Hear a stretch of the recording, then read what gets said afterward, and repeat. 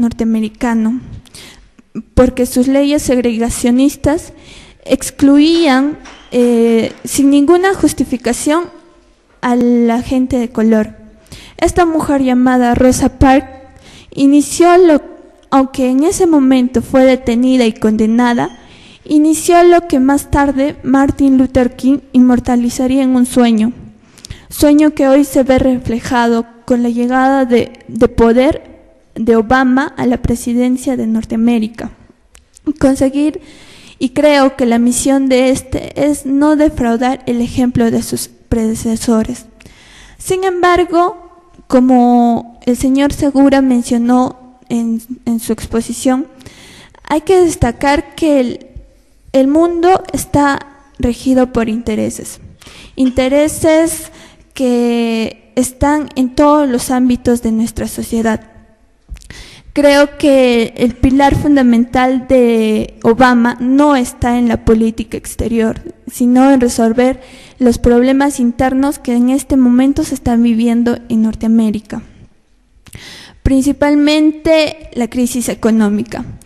Pero durante su campaña, Obama se mostró ante la población en contra de la guerra con Irak y en un eventual gobierno suyo, que ahora es posible, esto sería la retirada de las tropas norteamericanas para el 2011. Sin embargo, podemos ver que, por ejemplo, su vicepresidente Joe Biden y su jefe de gabinete, Rahm Emanuel, son demócratas que apoyaron decididamente la invasión a Irak en marzo del 2003. Entonces, ¿qué podemos esperar? ¿Estos políticos cambian de ideales por intereses? Por otro lado, la crisis económica como ya lo dije, es la piedra angular de su gobierno. Pero entonces debemos pensar que Barack Obama tiene profesionales altamente calificados dentro de esta cartera.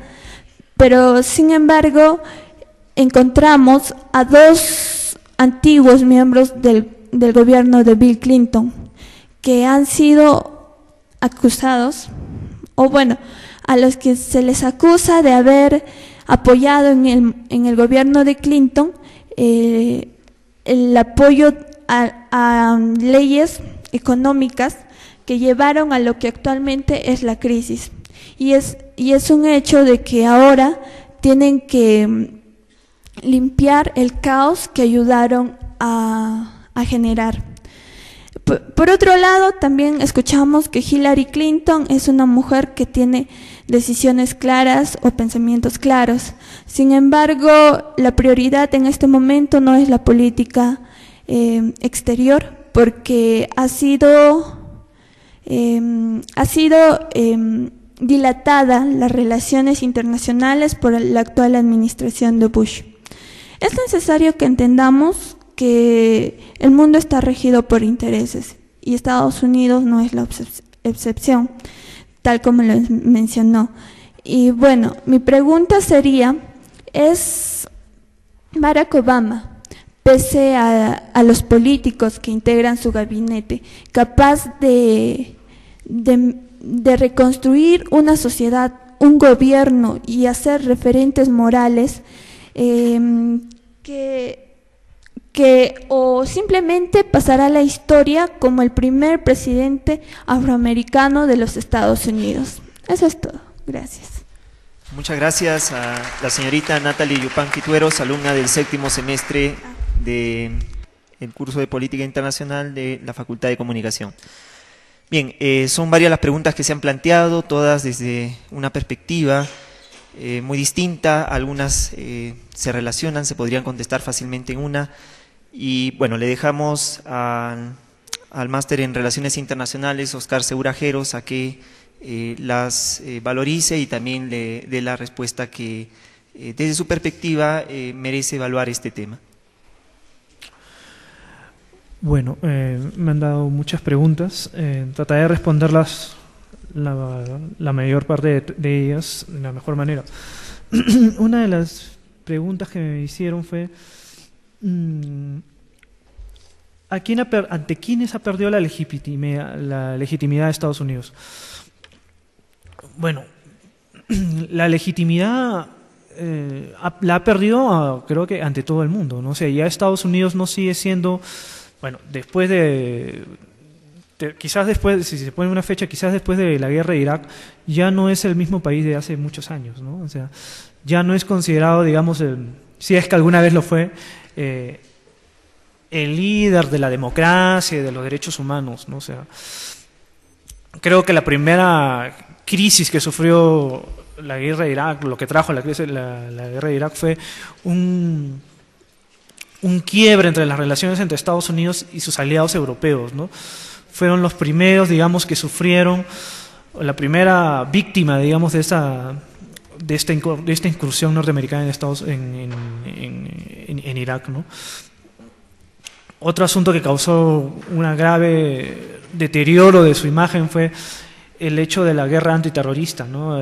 Bueno, los casos de Guantánamo y de las rendiciones extraordinarias, como se le llaman, las detenciones extraordinarias, como se le llaman, ha sido motivo de críticas de los que fueron hasta hace muchos años sus principales aliados, ¿no? Los europeos y gran parte del mundo.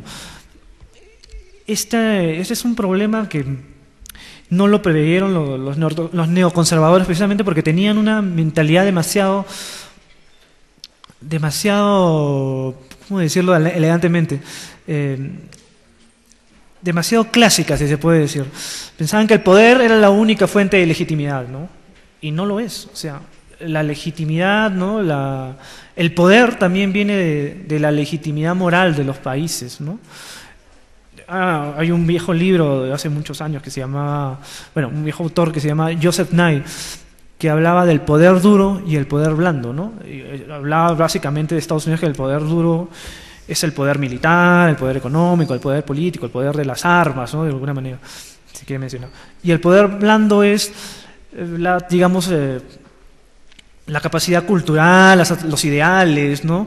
Esto era un gran poder que tenía Estados Unidos, ¿no? La atracción cultural, la atracción de ideales, ¿no? Que inspiraban a muchos países y a muchas naciones. Después de, digamos, la guerra de Irak o con la incursión del presidente Bush, se ha ido resquebrajando esta imagen, ¿no? Muy pocos países quisieran ahora colaborar con Estados Unidos, ¿no?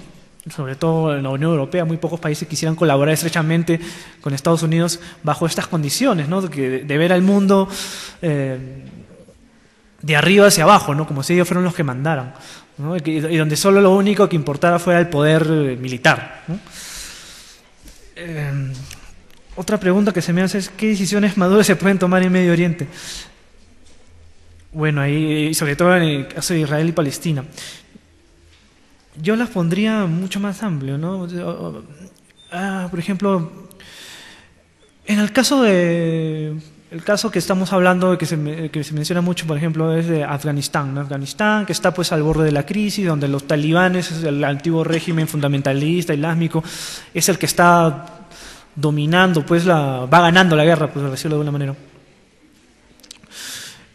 Los británicos, que son parte de la fuerza estabilizadora de este país, han mencionado de que ya esta guerra no se puede ganar. O sea, militarmente no se puede ganar, ¿no? Es un país demasiado complicado, pero bueno, sería bueno largo decirle toda pues la historia de Afganistán y lo que ha significado para muchos otros países. Pero bueno, es un país muy complicado, que digamos que si pudiéramos explicar de alguna manera, no es de alguna manera un Estado de la manera más clásica como lo entendemos. Digamos, el gobierno afgano gobierna la capital y el resto es tierra de nadie, ¿no? Es como una película de vaqueros, ¿no? Gobierna quien quiere. Y lo que han decidido, para volver a retroceder, lo que han decidido los británicos, que es la fuerza estabilizadora, es de que en algunos puntos tienen que negociar con sus ex enemigos, bueno, con los que son sus enemigos, con los talibanes, para poder, digamos, de alguna manera hacer viable este país, ¿no? O sea, es una decisión difícil, ¿no? Los talibanes eran hasta hace poco, pues,